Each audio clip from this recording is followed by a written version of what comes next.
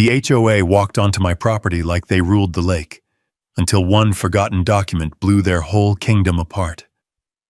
The morning they showed up for my dock, I thought it was just another HOA tantrum. But the second that violation notice hit my hand, I felt something shift, like the lake itself was waiting for me to fight back. I'm Evan, and what started as a threat over a few planks of cedar turned into a war that exposed who really owns the waterways in this county. Stick with me. This one gets wild. If stories of justice, land rights, and standing your ground hit home, drop a quick justice in the comments and hit subscribe so you don't miss the next showdown.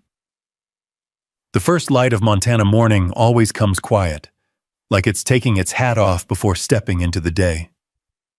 That dawn was no different. Thin fog clung low over McAllister Lake, drifting across the water in long silver ribbons. The surface lay smooth as polished glass, taking the first warmth of sunrise and turning it into gold. I stood barefoot on the cedar planks of my dock, planks I'd milled by hand, sanded slow, sealed with care. The wood still carried the faint scent of linseed oil and early summer sawdust.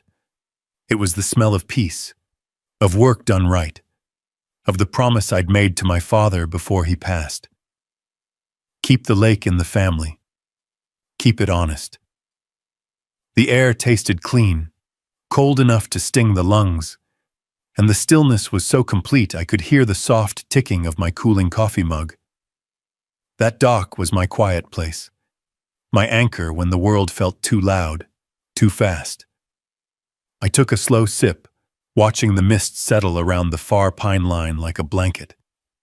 Somewhere across the lake, a loon gave its long, lonely call, the old kind of sound that doesn't just echo, it settles deep in your ribs. That was the last moment of peace I had all day. The sharp clack of heels on wood, loud, fast, and completely out of place, cut through the morning like a misfired gunshot. The fog parted as a figure marched down my dock with the determination of someone who'd practiced this walk in the mirror. A woman in a tailored rose-colored blazer and too perfect hair. HOA President Denise Harland. A name folks in the neighborhood said low, the way you'd mention a snake you weren't sure was dead. She didn't greet me, didn't nod, didn't even take in the lake like a normal person. She walked straight up to me and slapped a crisp white paper against my chest, hard enough to splash my coffee. "Violation notice," she barked. "Structure unauthorized. You have 48 hours to remove this dock, or the HOA will pursue property seizure." I blinked, still half inside the quiet morning I'd been enjoying. "Ma'am? What?" "Don't play coy, Mr. McAllister." Her voice sliced through the calm. "This dock is non-compliant with Lakeshore community standards. It must be dismantled immediately." I stared at her, then at the notice. Big red letters stamped across the top, the kind meant to scare folks more than inform them. "I built this dock," I said, keeping my voice even. "Filed every permit, passed every county inspection." "That's irrelevant," she snapped, heels shifting on the planks like she wanted them to sound louder. "The HOA controls all lake structures. This is our shoreline, our view, our rules." A small gust of wind rippled across the water, carrying the cold edge of disbelief with it. I looked past her to the mountains rising soft blue in the distance, then back at the woman blocking the sunrise like a bad omen. "Since when," I asked slowly, "does the HOA own the water?" Her lips tightened. "Since we decided we need consistency around here. This," she flicked her fingers toward the dock as if it were trash on a sidewalk, "is an eyesore, non-standard, unapproved, and it goes." The mist thickened behind her, as if the lake itself wanted to hide from this nonsense. For a heartbeat, I just stood there, the violation notice crinkling in my hand, feeling the morning slip away piece by piece. 48 hours, she repeated, or we take action. With that, she pivoted on those sharp heels and walked back toward shore, her steps echoing across the water until they faded into the trees. I let out a long breath I didn't realize I'd been holding. The dock beneath my feet creaked softly, an old, familiar sound that never once threatened me. The notice shook slightly in my hand, not from fear, but from a slow-growing anger simmering under my ribs. I looked down at the lake, at the dock, at the quiet morning she'd just shattered. Why was she acting like she owned the water? The wind didn't answer, but the lake, old and patient as ever, seemed to whisper back, "Find out." By mid-morning, the fog had lifted and the sun hung bright over the water, warming the cedar boards beneath my boots. I was tightening a loose bolt on the ladder rail when I heard the crunch of gravel from the direction of my driveway. Not fast or frantic, slow, purposeful, like somebody arriving with bad intentions wrapped in a friendly tone. I straightened up just in time to see a white HOA-branded SUV roll to a stop beside my mailbox. Two people stepped out. Denise Harland, of course, clipboard already in hand, sunglasses big enough to look like armor. And beside her, adjusting a measuring tape at his belt like it was a holster, was a man I recognized from community meetings. Miles Reddick, the HOA's preferred contractor. Built like an overconfident toolbox and twice as loud. They both headed toward the dock with matching rehearsed purpose. I stood still on the planks, letting them come to me. The lake behind me was calm, but something in the air felt charged, like the moment before a summer electrical storm. "Mr. McAllister?" Denise said curtly as she approached, that same clipped tone she'd used at sunrise. "We're here for a provisional compliance inspection." Miles grinned like we were old friends, though we'd barely exchanged 5 words before today. "Morning, Evan. Gonna check this structure for you. Safety and standards. HOA protocol, you understand." I didn't answer. I just crossed my arms, careful to keep my breath steady. Miles stepped onto the dock and immediately crouched near the edge, tugging on boards, scraping the measuring tape across the planks. Every few seconds he muttered something that sounded important, but made as much sense as a rooster in a library. 3 inches over the standard edge tolerance," he said loudly, as if performing for an audience. "Your load-bearing alignment ratio's off, too." I raised an eyebrow. "Is that even a real term?" He ignored me and nudged the ladder with his boot. "Could be dangerous, could be condemned." Denise scribbled something on her clipboard with theatrical flair. Then she looked up sharply, her voice dropping into the tone of someone who enjoys hearing themselves deliver bad news. "Your dock is officially classified as a non-compliant structure, effective immediately." I kept my face still, though irritation coiled tight in my stomach. The county approved this. Every beam, every bolt. I have the stamped permits in my house. "That may be," she replied, her smile tightening. "But county permits don't supersede community standards. You're part of Lakeshore Estates now, and our rules require uniformity in all waterfront builds." She gestured toward the row of plastic-looking floating platforms owned by other residents, every one of them built by Miles. "Consistency protects property values." Ah, there it was. Her property values sermon. Always the holy scripture of a power-hungry HOA president. "And what exactly," I asked evenly, "is wrong with my dock?" Miles tapped the cedar rail with a knuckle. "Well, for starters, it's wood." I blinked. "It's a lake. Docks tend to be wood." He shrugged. "HOA prefers our standardized composite platforms. Lighter weight, uniform color, less maintenance." "More profit, you mean?" His smile faltered for a heartbeat. Denise jumped in quickly. "This dock violates multiple line-item structural expectations, not to mention obstructing the community's visual harmony." "Visual harmony," I repeated, letting the phrase hang there like a bad odor. The lake shimmered at my back, blue and ancient and older than all our rules combined. "This dock has been here for years." Nobody said a word. That was before we updated the standards, she replied sharply. New regulations require all waterfront structures to comply within 30 days of notice. You received that notice via email. I shook my head. I never got any such email. Then check your spam folder, she said, lips pursed. Your lack of organization isn't our responsibility. Behind her, the sun caught the lake just right, sending a flicker of gold across the water. For a moment it looked like the lake itself was listening. I kept my voice low. My father talked about water rights around here. Old agreements the HOA doesn't have authority over. Denise stopped writing. Miles looked up, measuring tape halfway extended. What agreements? She asked, tone suddenly clipped and cautious. I'm not sure yet, I said, but I intend to find out. Her eyes narrowed. Whatever rumors your father heard are irrelevant. This lake is governed by the Lakeshore Estates Homeowners Association. Period. You will remove this dock within 48 hours. She turned sharply, signaling for Miles to follow.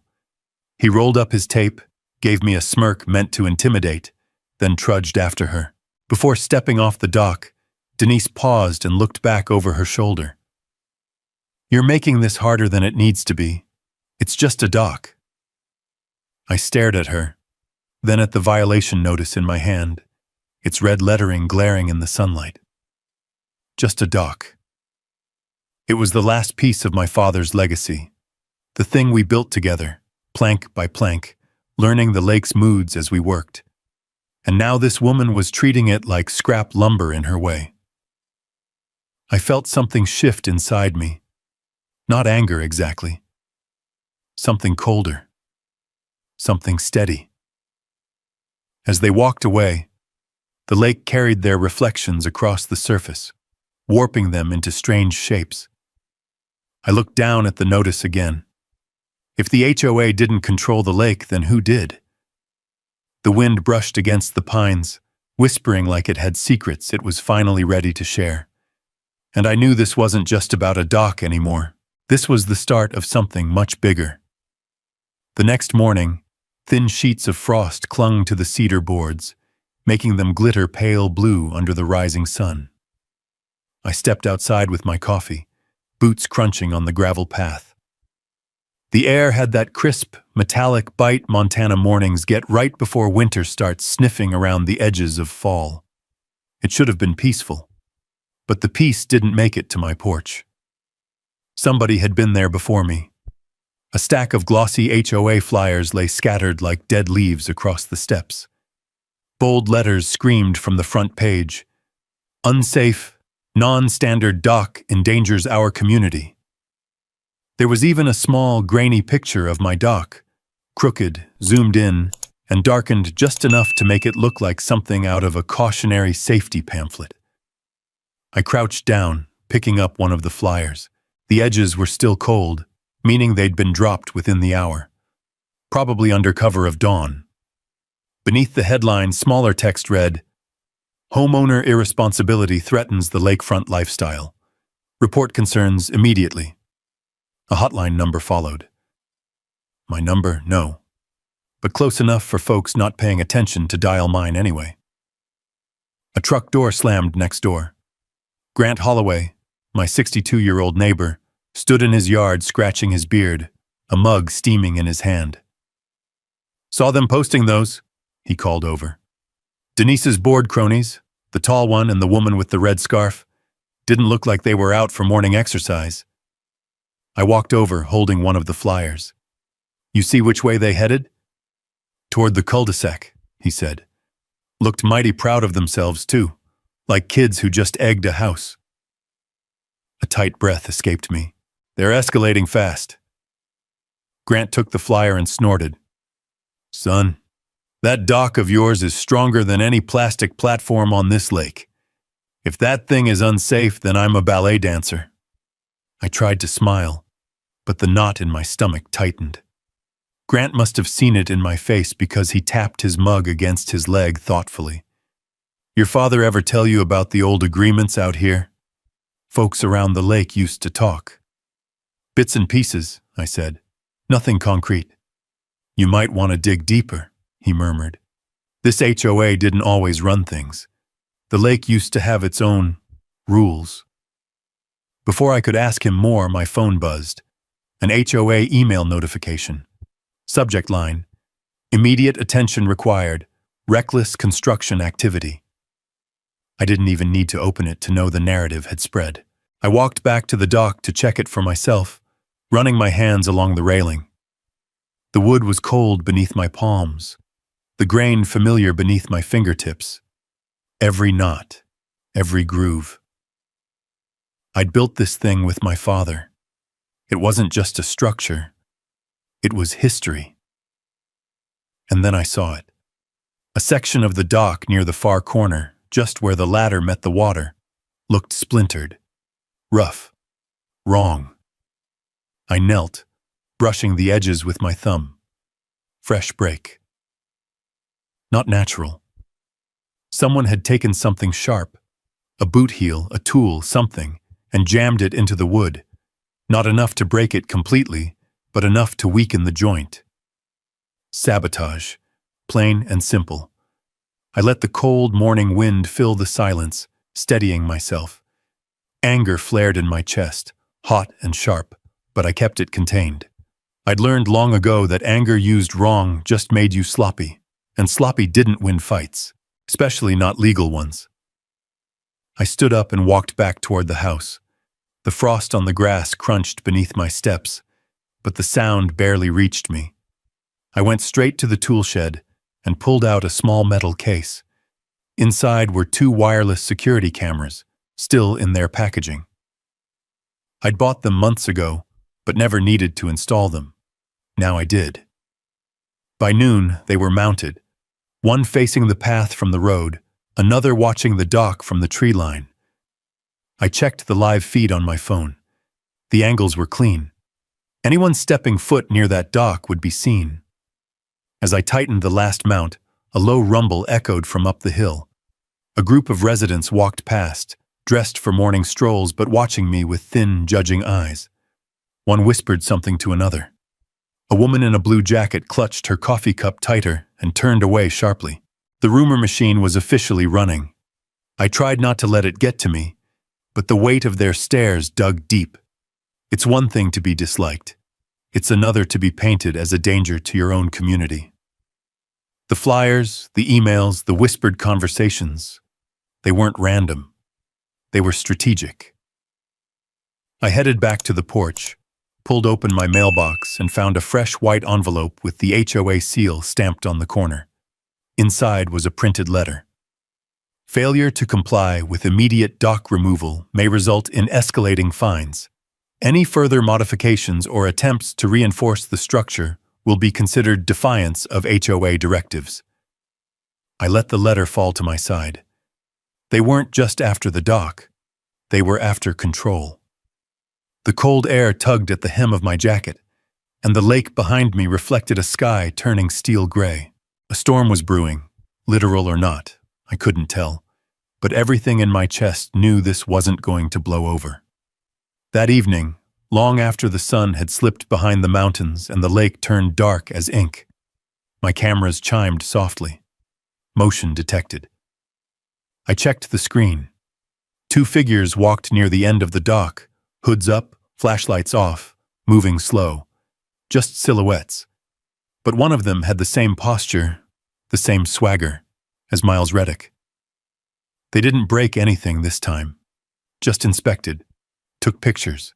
Left. Like predators circling before deciding how to strike. I watched until they were gone, the night swallowing them whole. Something cold settled in my chest. But it wasn't fear. Not anymore. If they wanted a fight, they'd get one. But not the kind they expected. Because this wasn't just about a dock. It was about what lay beneath it, around it, and maybe, just maybe, what had always belonged to my family. One thing was certain. Tonight, the lake whispered louder, and it was telling me to keep going. By morning, the wind had shifted. It carried the scent of cold river stone and pine sap, clean, sharp, like something waiting to be uncovered. I drank my coffee on the porch while watching the dock sit quiet, the early sun turning the frost into tiny mirrors. The cameras hadn't picked up more movement overnight. Whoever had been skulking around understood I was watching now. But the dock wasn't the question anymore. The real question sat deeper, beneath the boards, beneath the waterline, beneath the decades. So I grabbed my truck keys and a folder with my father's old property notes.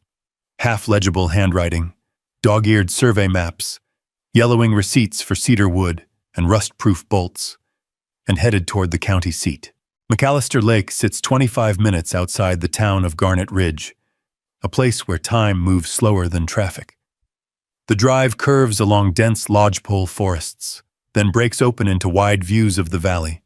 Big sky stretching so far east it looks like the world's edge sits right on the horizon.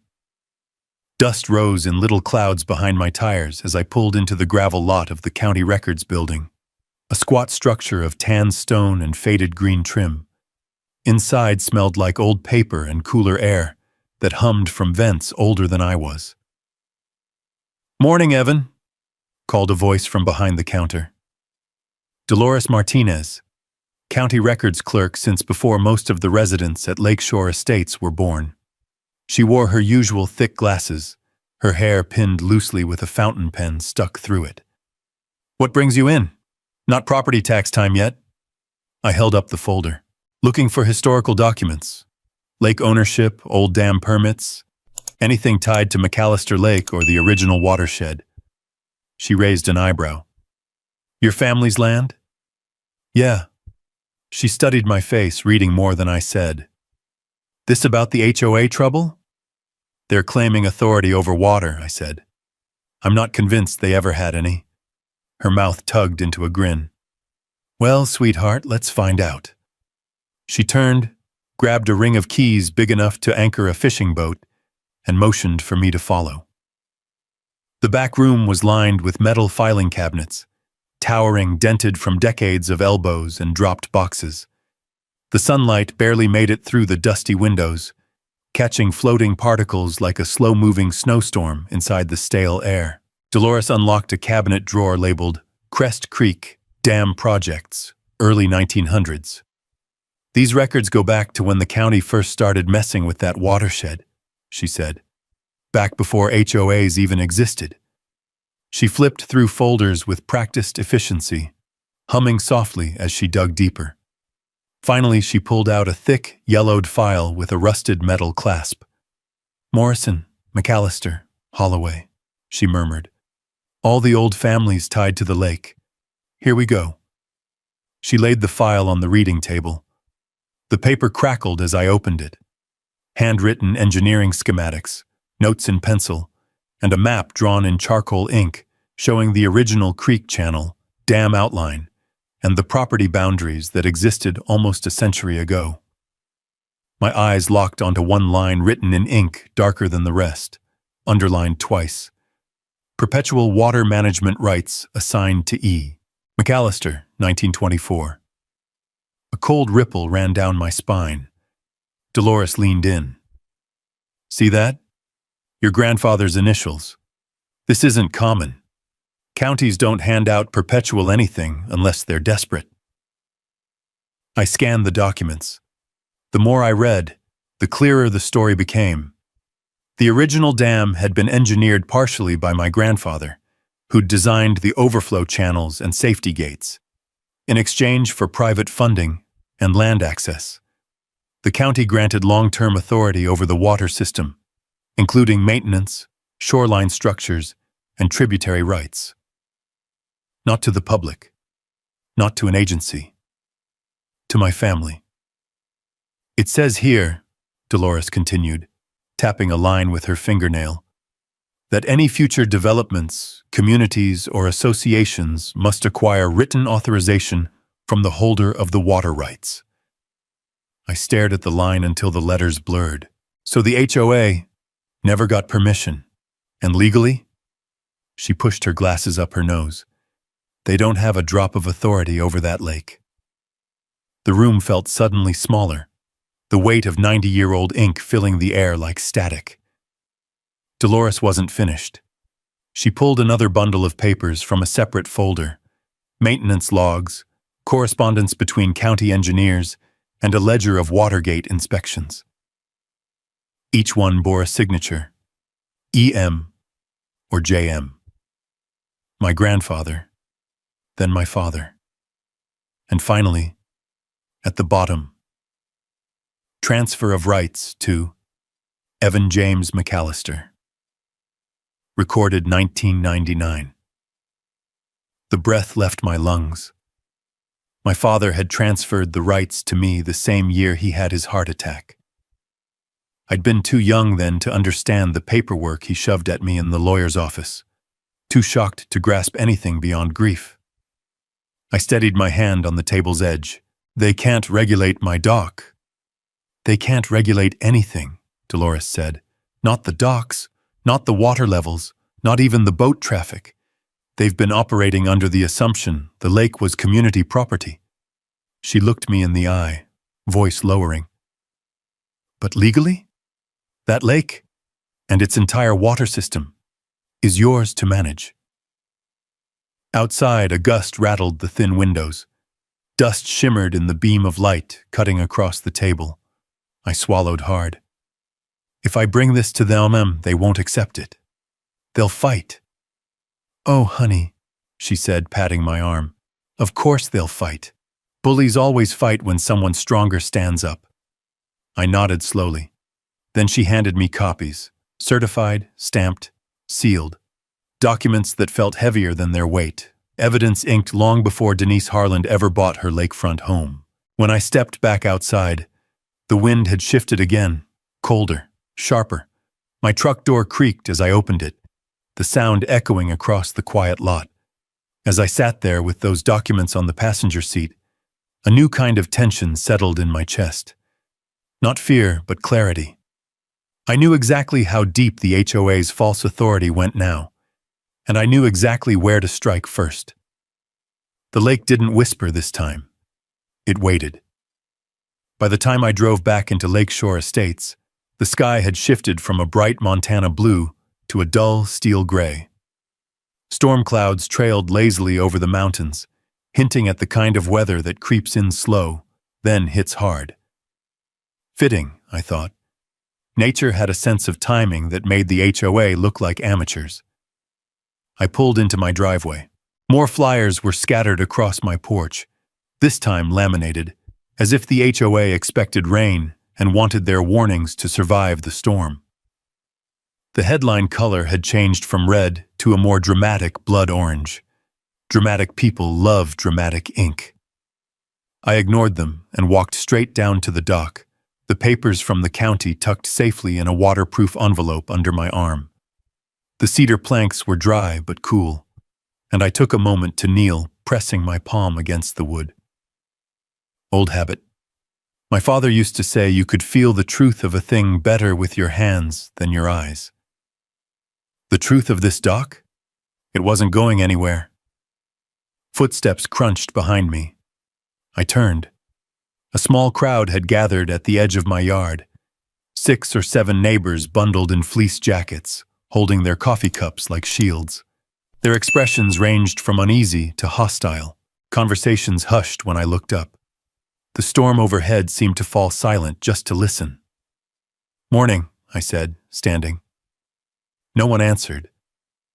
Then one woman, a brunette from 2 houses down, stepped forward, her arms crossed tightly. "We got an HOA alert this morning," she said.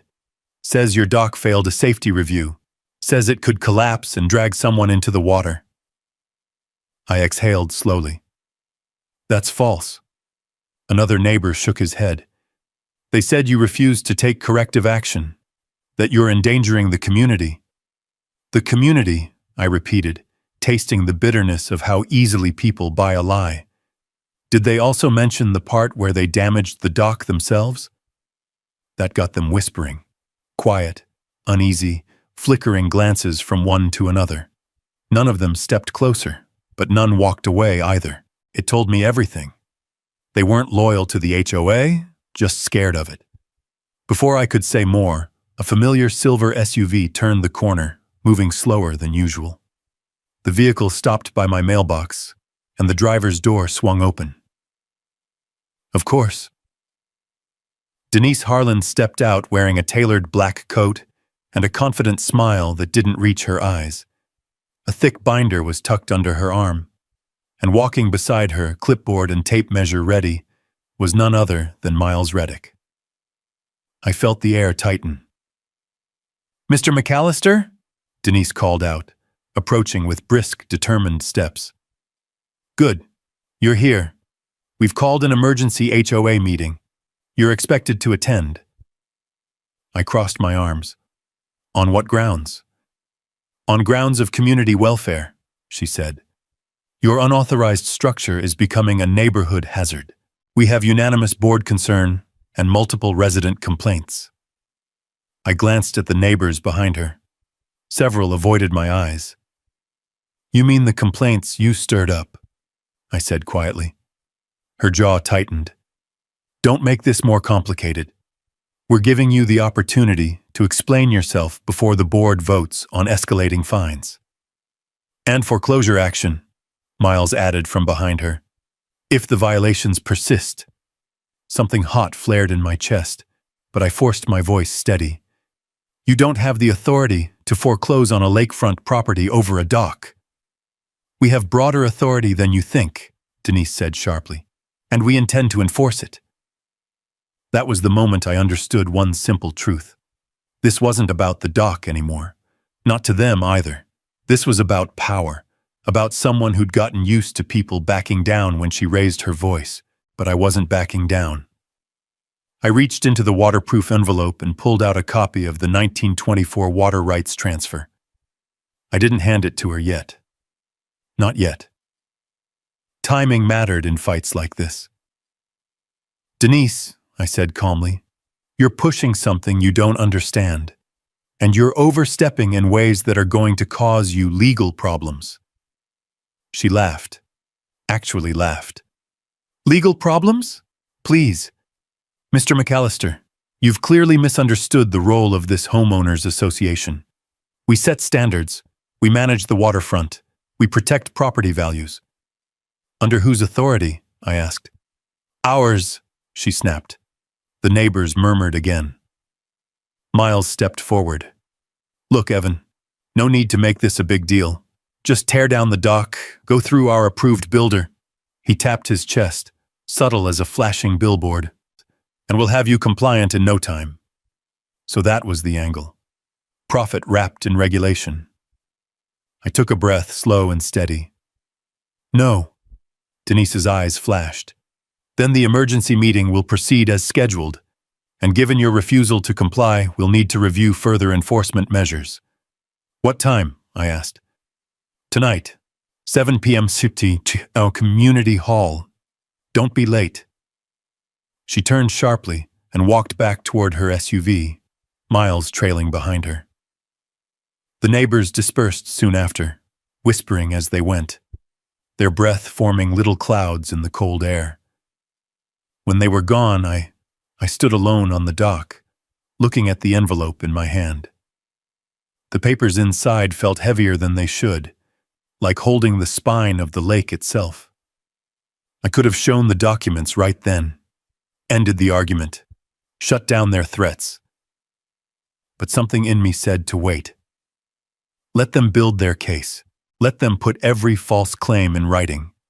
Let them believe they had the upper hand, because when the truth dropped, it needed to drop hard enough to leave a crater. The sky darkened further, the wind picking up, sending ripples across the lake. The storm was close now, close enough to smell the rain in the air. I took one last look at the dock, sturdy against the gathering wind. Tonight's meeting would be the beginning of the end. For someone. And for the first time since this started, I hoped it wouldn't be me. By late afternoon, the sky had turned the color of hammered steel.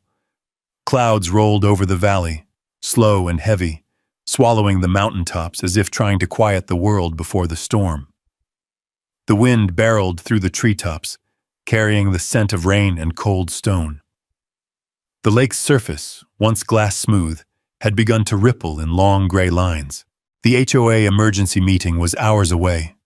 I spent most of the day preparing, not with anger, not with speeches, but with silence. The kind of silence that lets a man think clearly, breathe evenly, and line up every piece on the board before the first move. Inside my cabin, documents were spread across the dining table like a battlefield map. Copies of the 1924 Water Rights Agreement, engineering blueprints, maintenance logs, and the rights transfer my father signed just before he passed. The paper smelled faintly of old ink and dust, like history trying to remind me it was alive. I reviewed each page carefully, underlining key lines, marking sections with sticky notes. Everything I needed was here. Everything they didn't expect. Still, I wanted someone else to look at it, someone who knew the law the way I knew water systems, so I called her. Clara Bishop's voice came through the line, steady as bedrock. "I'll be there in 20 minutes. True to her word, a silver sedan pulled into my driveway just as the first spatters of rain peppered the roof. Clara stepped out wearing a long charcoal coat and carrying a leather briefcase that looked older than both of us. She walked with a deliberate confidence. No wasted motion, no uncertainty. "Show me everything," she said as soon as she stepped inside. I laid out the documents. She moved through them with the precision of a surgeon, her fingers brushing lightly over the pages as she read. Occasionally she nodded. More often her eyebrows climbed higher. When she reached the water management clause, she let out a low whistle. "Evan, this isn't just a property right," she murmured. "This is jurisdiction." I folded my arms. "Meaning?" "Meaning the HOA has no legal authority to regulate so much as a canoe on this lake without your written consent." She tapped the paper. "And they've been issuing fines, rules, and permits illegally for years." The rain picked up outside, rattling the window frames. Clara continued, "The smart play isn't to fight them emotionally. It's to let them overextend themselves. Let them put every unfounded accusation on record. Let them violate due process. The more they talk, the deeper the hole they dig." I nodded. "The meeting's at 7. "You'll attend," she said. "Calm. Document everything. If they try to bully or corner you, don't react. I'll step in if needed." Before she left, she placed a hand on the envelope containing the originals. "Evan, these papers give you leverage most people never get in their lifetime. But leverage only works if you stay steady." Steady. That was the word I needed. After Clara drove off, twilight settled over the lake. The storm clouds grew darker, thicker, pressing low enough to touch the tops of the pines. A hush fell over everything, the kind of quiet that comes before something breaks. Sheriff Wes Calhoun pulled into my drive soon after. He stepped out of his cruiser holding his hat in one hand, rain tapping softly against the brim. "Heard there's a meeting tonight," he said. "HOA wants to escalate," I replied. "Threatening fines, foreclosure, the whole show." Wes studied my face with the kind of patience only lawmen and old dogs have. "You need anything from me?" "Just awareness," I said. "Things are tightening." He nodded slowly. "I'll keep an eye out. But Evan, just remember, HOA meetings ain't the law. They want people to think they are, but they're not." "I know," I said quietly. "I'm ready." When he left, the air felt even heavier. I walked down to the dock one last time before heading to the community hall. Rain had darkened the cedar, turning the planks a deep russet brown. The lake churned gently, waves tapping against the supports like a heartbeat. I placed my hand on the rail, letting the cold, water-soaked wood seep into my palm. My father used to say that McAllister Lake didn't belong to anybody. Not really. You don't own water, you steward it, guide it, respect it. But tonight wasn't about stewardship. Tonight was about truth. I locked the documents in my truck, double-checked the cameras, and took a long breath of the storm-thickened air. At exactly 6:20 p.m., I stepped off the dock, the wind whipping my jacket behind me, and headed toward the meeting that would decide more than the fate of a few boards of cedar. It would decide who truly held power here. As I drove, the community center lights glowed through sheets of rain, bright, harsh, and waiting. The storm outside mirrored the one brewing inside, and I walked straight into it, steady as the rails on my dock. Rain slapped the hood of my jacket in cold, hard bursts as I crossed the parking lot. The community center stood under buzzing yellow floodlights, its wood siding darkened by weather. Most of the neighborhood was already inside. Their cars formed a tight, nervous circle around the building. Wipers clicked, windows fogged, and a few latecomers hurried in, collars pulled high against the wind. When I opened the door, a low murmur filled the hall like the hum of an anxious hive. Rows of plastic chairs faced the front where a long folding table sat. HOA Central Command. Denise Harlan stood behind it, blotting raindrops off her blazer with sharp, irritated swipes. Beside her sat two board members flipping through binders. And just off to the side, Miles Reddick leaned against the wall, arms crossed, wearing the smug look of a man who thought he'd already won. A projector screen behind them read, "Emergency Session, Dock Safety and Community Enforcement." Subtle. I took a seat in the second row, enough to see clearly, not close enough to look eager. The room smelled of damp coats, burnt coffee, and the faint tang of permanent marker. At exactly 7, Denise tapped the microphone. "Ladies and gentlemen," she began, her voice crisp and confident, "thank you for attending this urgent community meeting.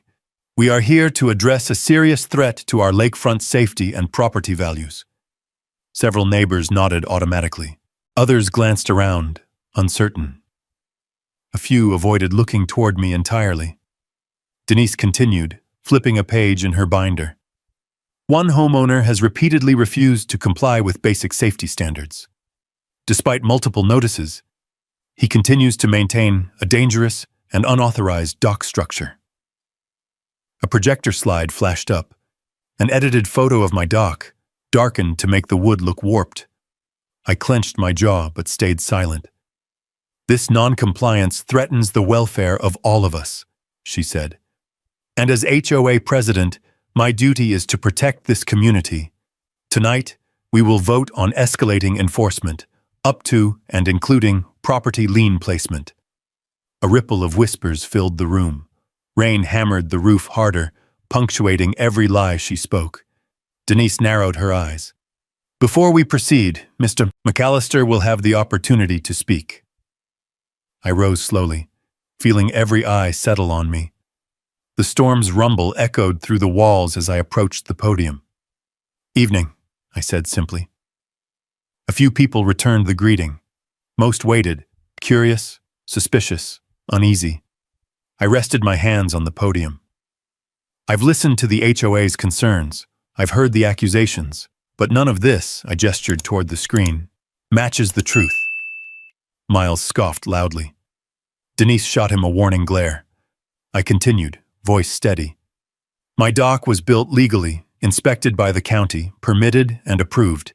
The only people who examined it and declared it unsafe are the ones trying to force me to confound their business." Several heads turned toward Miles. "Good." "But," I said, "this isn't about safety, or harmony, or any of the words you've heard tonight." I reached into my jacket and pulled out a single manila folder, the same type my grandfather used when storing deeds in his old roll-top desk. "This is about authority." A hush fell over the room. "When my grandfather helped design this lake's original water system," I said, "the county granted our family perpetual water management rights." I opened the folder and placed a certified copy of the 1924 agreement on the podium. A few people leaned forward, squinting. "This document," I went on, "predates Lakeshore Estates, predates the HOA, predates most of the homes around this lake. It states clearly that any structure, activity, or regulation affecting this water requires written authorization from the holder of these rights. I raised my eyes to meet Denise's. And that holder is me. A thunderclap struck outside, shaking the lights. Denise's confidence cracked for the first time. She stepped forward. Those papers can't be accurate. They're outdated, irrelevant to modern HOA governance. I slid another page forward. Recorded again in 1999 when my father transferred them. Verified this morning by the county clerk. She sputtered. HOAs have jurisdiction, not over water rights, a calm voice cut in. Heads turned. Sheriff Wes Calhoun stood in the back, arms crossed, rain dripping from his hat. Clara Bishop was beside him, holding her leather briefcase. Wes stepped forward. I've reviewed the documents. They're legitimate. He nodded toward the audience. And for the record, an HOA can't override county-recognized water rights agreements. Not even a little. A wave of murmurs rolled through the room. Surprise, doubt, relief, depending on who you looked at. Clara joined me at the podium. She placed 2 more certified letters beside the deed. Ladies and gentlemen, these filings confirm that the HOA has no legal authority over docks, boat activity, or shoreline construction on this lake. Any enforcement actions taken against Mr. McAllister on these grounds are invalid. Denise's face reddened. This is absurd! He's manipulating old paperwork. Clara lifted a hand.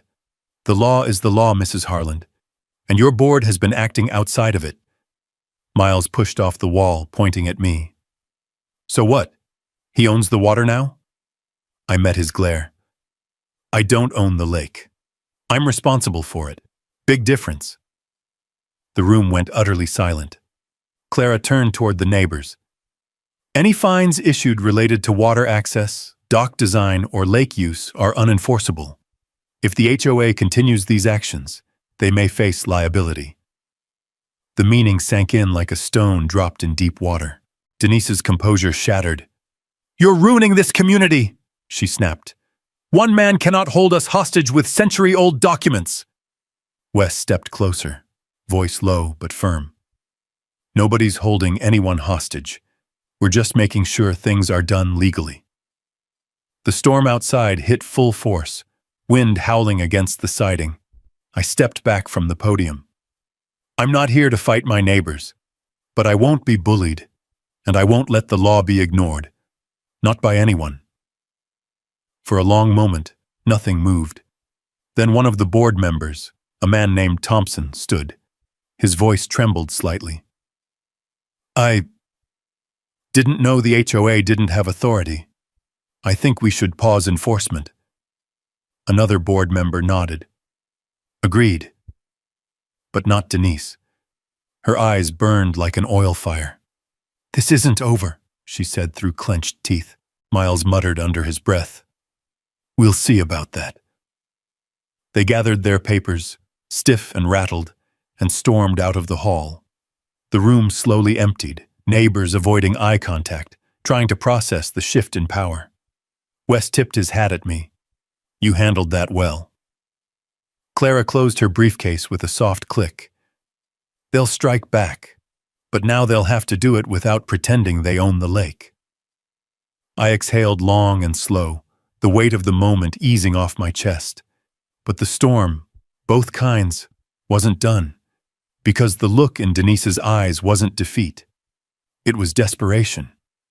And desperation, in people like her, always leads to a new kind of trouble. By sunrise, the storm had passed, leaving a thin mist drifting off the lake and a faint smell of wet pine hanging low in the air. The world looked washed clean, but I knew better. Storms don't end things. They shift them. I walked down to the dock with a thermos of fresh coffee, the gravel damp beneath my boots. The cedar planks glistened, rainwater still caught in their grooves. I ran my hand along the railing, checking the spot that had been damaged earlier in the week. The break looked unchanged, no new splintering. But something else caught my eye. The water level was lower. Not drastically, just a few inches. but enough that the ladder rungs at the end of the dock sat higher than usual. Enough that the mudline along the shore looked freshly exposed. Enough for a man who grew up on this lake to know something had been tampered with. The inlet gate. A gust of wind pushed a small wave against the dock post, splashing the lower step. I felt a cold, sinking certainty settle in my chest. Somebody had lowered the water level on purpose. My phone buzzed. Security cam alert. Movement near the inlet. I opened the feed. There they were. 3 figures in the early light. Their silhouettes stretched long across the cement channel, hunched, hurried, working on the gate crank. 2 I didn't recognize. The third? The posture alone gave him away. Miles Reddick. I breathed out through my teeth, slow and steady. This wasn't some harmless HOA stunt now. Tampering with water infrastructure, especially one tied to a decades-old county flood control system, was dangerous business. Not just illegal. Reckless. I grabbed my jacket, keys, and sprinted for the truck. The drive around the lake was a short one.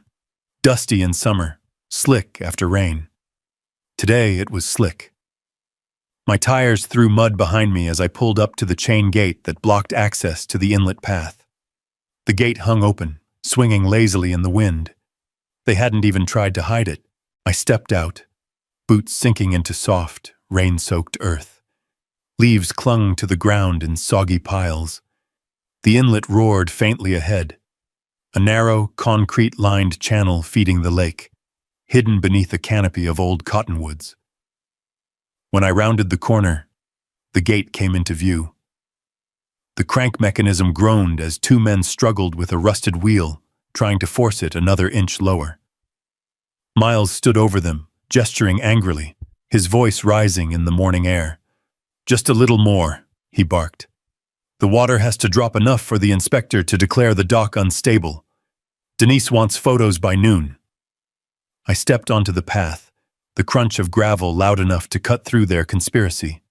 All 3 turned. Miles froze first. His hands dropped to his sides, eyes going wide. "Evan. Morning," he stammered. "We're just checking structural—" "Stop talking," I said. My voice was low, controlled, but the look in his eyes told me he heard the steel underneath. "You're lowering the lake," I continued, stepping closer. "Without authorization, without county oversight, without any regard for what this inlet controls." One of the men swallowed hard. We were told—" "You were told to commit a felony," I snapped. "Do you have any idea what happens if this gate is misadjusted? Flooding downstream, damage to property, safety hazards, and the county will trace tampering right back here." Miles tried to recover his composure. "It's temporary. We'll bring it up again after—" I pulled out my phone and held up the screen. It showed the live security footage time-stamped from 20 minutes earlier. Their faces drained of color. "I have everything recorded," I said. "Every crank, every adjustment, every word." Miles stepped forward, hands raised as if trying to calm an animal. "Now hold on. There's no reason to escalate this. Let's talk, man to man." "There is," I said, "and we will." I dialed Sheriff Wes Calhoun. "Mornin'," Wes answered on the second ring. "Everything all right?" "You need to come to the inlet," I said. "Tampering, 3 people. I have footage." A long pause. "On my way." The 2 men beside Miles started backing away. Miles muttered something under his breath. Something about Denise handling the fallout. But he didn't run. He stayed rooted to the spot, jaw tight, like he couldn't tell whether to be proud of what he'd done or terrified. Thunder rumbled far off, though the sky was mostly clear now. Within minutes, Wes's cruiser rolled up, blue lights quiet but unmistakable. He stepped out, surveyed the scene, and shook his head. "Morning, gentlemen. Anyone want to explain why you're adjusting a water control gate without county authorization?" The 2 workers pointed at Miles in unison. Miles sputtered. It was maintenance." HOA approved adjustments. Nothing serious. Wes raised an eyebrow. Maintenance? Funny. The county says only one person has the right to adjust this system. He turned toward me. And it's not you, Miles. When Wes reviewed the footage, the situation moved quickly. Citations, statements, documentation, legal warnings, paperwork. Through it all, Miles kept glancing at me like I'd personally engineered his downfall. When the sheriff finally escorted them away, the inlet path fell quiet again, just the soft gurgle of water returning to normal levels. I walked to the edge of the concrete, leaning over to check the flow. The water surged steady, righting itself, as if grateful someone was paying attention. Behind me, Wes approached. "They're in trouble," he said simply. "You know that." "They were trying to fake a safety hazard," I replied, "to destroy my dock." He nodded. "Desperation makes fools do stupid things. But documentation?" He tapped the phone in my hand. "Documentation wins." The wind pushed a fresh wave of cool air off the lake. It carried the scent of wet earth and pine and something else. Justice, maybe. The beginnings of it. I took a long breath. This was just Miles. "Yeah," Wes said, fastening his hat. "But Denise? She's gonna be worse." I looked back toward the lake, its surface returning to normal height. Sunlight breaking over it in clean gold streaks. Wes was right. Desperation wasn't the end. It was the warning. And Denise Harland hadn't even begun to show how far she'd go. The morning after Miles was caught tampering with the inlet, the air felt different. Thin, sharp, like the valley was holding its breath. A light frost coated the pine needles, shimmering under the pale sun. McAllister Lake sat unmoving, a wide sheet of cold blue glass, pretending everything was normal. But the HOA wasn't pretending. Before I'd even finished my first cup of coffee, the neighborhood group chat started buzzing like a kicked hornet's nest. My phone lit up with message after message. New HOA notice, urgent. Emergency board decision. Water fees suspended? Is the HOA being sued? I stepped onto the porch just in time to hear a car door slam next door. Grant Holloway shuffled toward me, the brim of his old canvas hat pulled low. "You see the email blast?" he asked. "No," I said. "Just woke up." Grant waved his phone. "Whole community's in an uproar. Denise is trying to spin what happened at the inlet. Says the sheriff interfered with HOA maintenance. Folks ain't buying it this time." "Because she overplayed her hand," I said. Grant nodded. "And because some people still remember your granddad. Remember the old agreements." He wasn't wrong. But this wasn't about memory anymore. This was about proof and consequences. By midday, Sheriff Wes stopped by. He looked tired. Not physically. Wes never looked physically tired. But the kind of tired a man gets when he's dealing with too much nonsense and not enough common sense. "Got updates for you," he said, stepping inside. "You want the short version or the long?" "Give me the truth," I said. "Whatever length it comes in." He set a stack of printed forms on the table.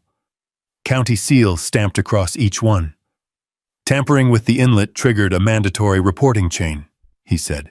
"County engineers reviewed your footage. Confirmed the gate was manually lowered without authorization. Confirmed it posed risk of downstream overflow. Confirmed the HOA had no jurisdiction." I nodded slowly. He continued. "They also dug deeper. Turns out the HOA's been charging water usage fees for years, filing them as mandatory assessments, all without any right to do so." "That's fraud," I said quietly. "Yup."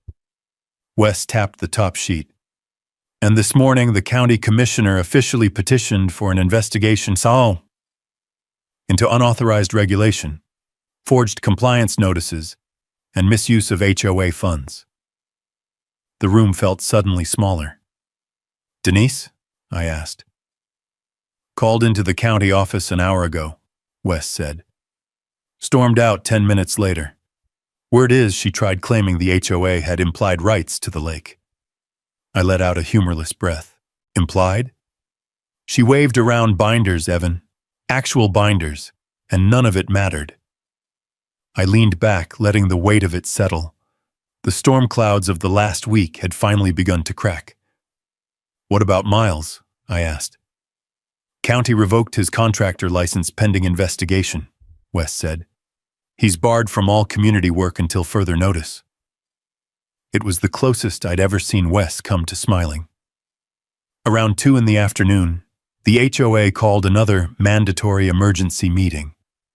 This time, I didn't walk in alone. Clara met me in the parking lot, her briefcase in hand, coat collar pulled up against the biting wind. A faint dusting of snow filtered from the low clouds, Montana's reminder that winter was never far. Inside, the hall looked different. The projector was off. The lights felt harsher. The chairs were half empty. People whispered in clumps, glancing at Denise, who sat rigid behind the folding table, fingers tapping a rapid, nervous rhythm. Miles was absent. Denise cleared her throat. "We will begin. Due to recent misinformation..." Clara didn't let her finish. "Mrs. Harland," she said warmly, stepping forward, "before any proceedings, the county has asked me to deliver an official notice." The room went silent. Clara placed a thick envelope on the table in front of Denise. "This is a cease and desist order regarding all HOA activities related to water regulation, dock enforcement, shoreline assessments, and fee collection." Whispers rippled through the room like a wind sweeping across tall grass. "And," Clara continued, "the county is voiding all HOA water-related regulations effective immediately. Any funds collected under those regulations must be refunded." A board member gasped. Denise's face turned a deep, mottled red. "This is outrageous! You can't—" "The law can," Clara said gently. "Not me!" Denise stood abruptly, her chair scraping hard against the floor.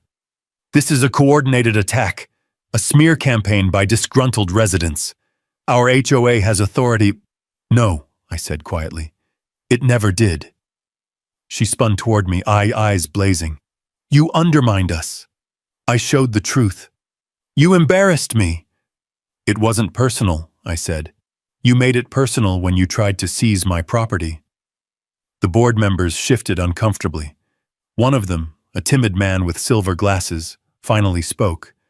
We didn't know about the water rights," he murmured. "We trusted you, Denise." Another nodded. "We thought we were following proper procedure." The silence that followed was painful, the kind of silence that signals the end of a kingdom. Clara tapped the notice gently. "Mrs. Harland, the county expects full cooperation. Non-compliance will trigger legal penalties." Denise's voice broke. "I was trying to protect this place. I was trying to keep things orderly." At that moment, she looked less like a tyrant and more like someone watching her empire crumble one brick at a time. But pity wasn't an option. Not after everything she'd done. Wes stepped forward. "Mrs. Harland, I'm going to need you to come with me. County investigators want to talk today." Gasps echoed through the room. Denise's eyes widened. "Are you arresting me?" "No, ma'am," Wes said kindly. "You're being asked to cooperate." She hesitated, then gathered her papers with trembling hands and followed him out. The hall remained silent long after the door closed behind them. Then the Silver Glasses board member turned to me. "Mr. McAllister, what happens to the lake now?" I took a slow breath. "We rebuild. We correct the wrongs. We restore what should have been respected from the start." The man nodded, relief flooding his features. As the meeting dissolved, neighbors approached me, some quietly, some with awkward smiles, offering thanks, apologies, or simple nods of understanding. Outside, the snow had stopped. A thin layer dusted the tops of the evergreens. The air smelled like cold water and clean slate. The lake waited, and for the first time in years, maybe decades, it was free of false authority. But one question still hovered. What would become of the dock that started it all? I walked toward home with the answer forming slowly. It would stand. By the time I reached my porch, the late afternoon sun had dipped low enough to cast long, amber streaks across McAllister Lake. The water looked calm, too calm for everything that had just happened. A few geese skimmed the surface, leaving gentle ripples behind them. In that moment, I felt something I hadn't felt in weeks. Stillness. Not the kind you get before a storm, or the kind that comes after a fight. A real, honest stillness. I stepped onto my dock, the cedar boards warm from the fading sun. Even with the damage from the sabotage, the structure held firm beneath my boots. The lake breeze carried a scent of pine and cold water, and for the first time since Denise Harlan stepped onto these planks, my heartbeat matched the rhythm of the shoreline. "That dock's got good bones," a voice called from up the slope. Grant hollowed his hands around a mug of something steaming. "Your granddad would have liked seeing it today." I gave a nod. "It'll be better when I'm done." "You'll get it there," he said, "and the lake'll thank you for it." When he left, I stood alone for a long time, listening to the water lap gently against the posts. The lake didn't offer advice. It didn't whisper. It didn't warn. It simply existed. Patient, steady, eternal. And now, finally, free. The next morning arrived cold and clear. Frost covered the grass like powdered sugar, and the mountains carved sharp silhouettes against a pale blue sky. I loaded my tools, new planks, a sander, fresh brass bolts, into the bed of my old Ford, and headed down to the dock. By mid-morning, the sun had warmed the boards enough for me to start work. Each sweep of the sander brought the cedar back to life, the grain showing itself like the rings of a story passed down through generations. Clack, clack, clack, the sound of rebuilding, the sound of reclaiming. Around noon, a truck engine hummed up my driveway. Sheriff Wes Calhoun stepped out, carrying a cardboard tray with 2 coffees. He raised one. "Peace offering? Or congratulations? Not sure what this counts as." "Both works," I said, taking the cup. He leaned against a support post, taking in the view. "County finalized its recommendations this morning. Water rights, management authority, historic oversight, all recognized under your name, official and sealed." I exhaled slowly. "So it's done." "It's done," he confirmed. HOA water regulations are void permanently.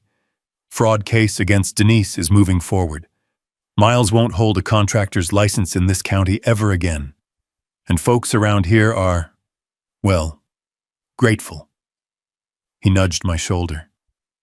"You did the right thing, even when it got real messy." I stared out at the distant snowcaps. Wasn't about being right. It was about protecting what belongs to this lake and the people around it. Wes nodded. "And you did."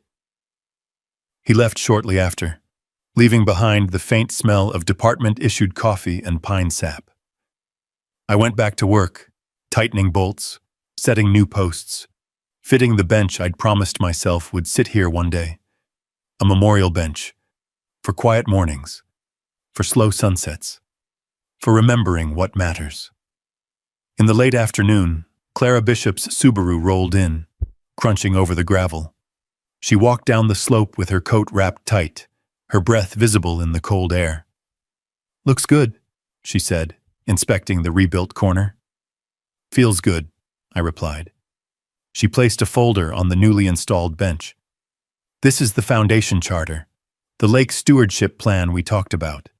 It outlines community involvement, preservation guidelines, visitor rules, under your authority." I opened it. Inside were pages of carefully written proposals, community suggestions, environmental notes, wildlife preservation steps.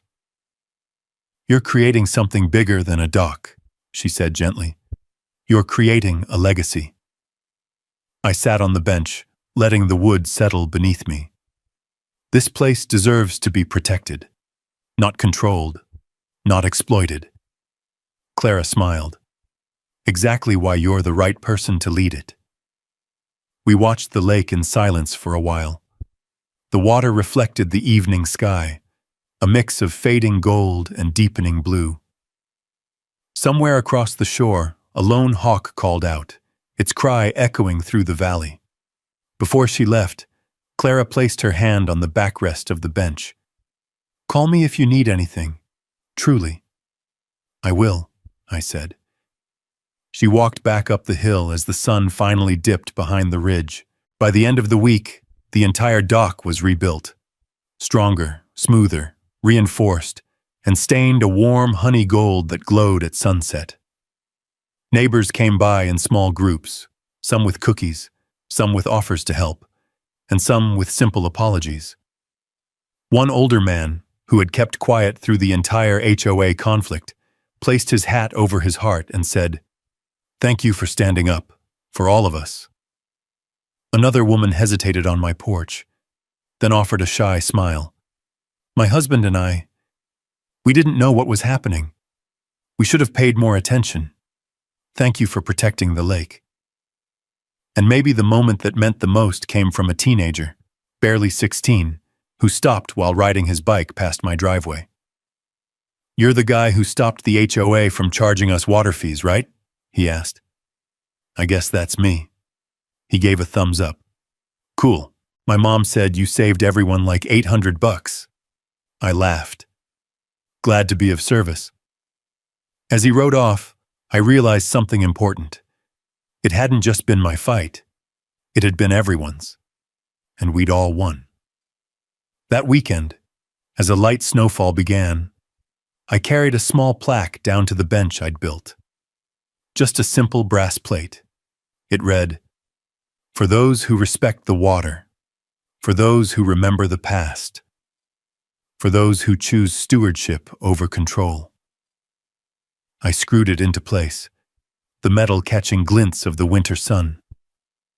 Sitting down, I wrapped my hand around a warm mug and watched the water breathe under the soft weight of snowflakes. The lake accepted the snowfall calmly, just as it had accepted every storm, every attempt to control it, every mistake humans had thrown at it. And in that moment, I understood something my grandfather must have known a century ago. Nobody really owns a lake. You're just its caretaker for the brief time you're here. The wind carried the scent of cedar and cold air, brushing against my coat collar. A quiet peace settled over the valley. The dock stood. The lake endured. And justice, real justice, had found its place on these shores. I leaned back against the bench, listening to the snow melt on the planks below. Power isn't about control. It's about knowing the land and protecting it when others forget. Here, by the water that remembers everything, the story finally came to rest. And the lake was mine to guard, not to own, but to honor. Always. If you've ever stood your ground against a pushy HOA or anyone who forgot what fairness looks like, drop a simple justice in the comments so I know I'm not alone out here on the water. And if you want more stories about folks defending what's theirs with patience, grit, and the truth on their side, go on and subscribe. I'll be here every week.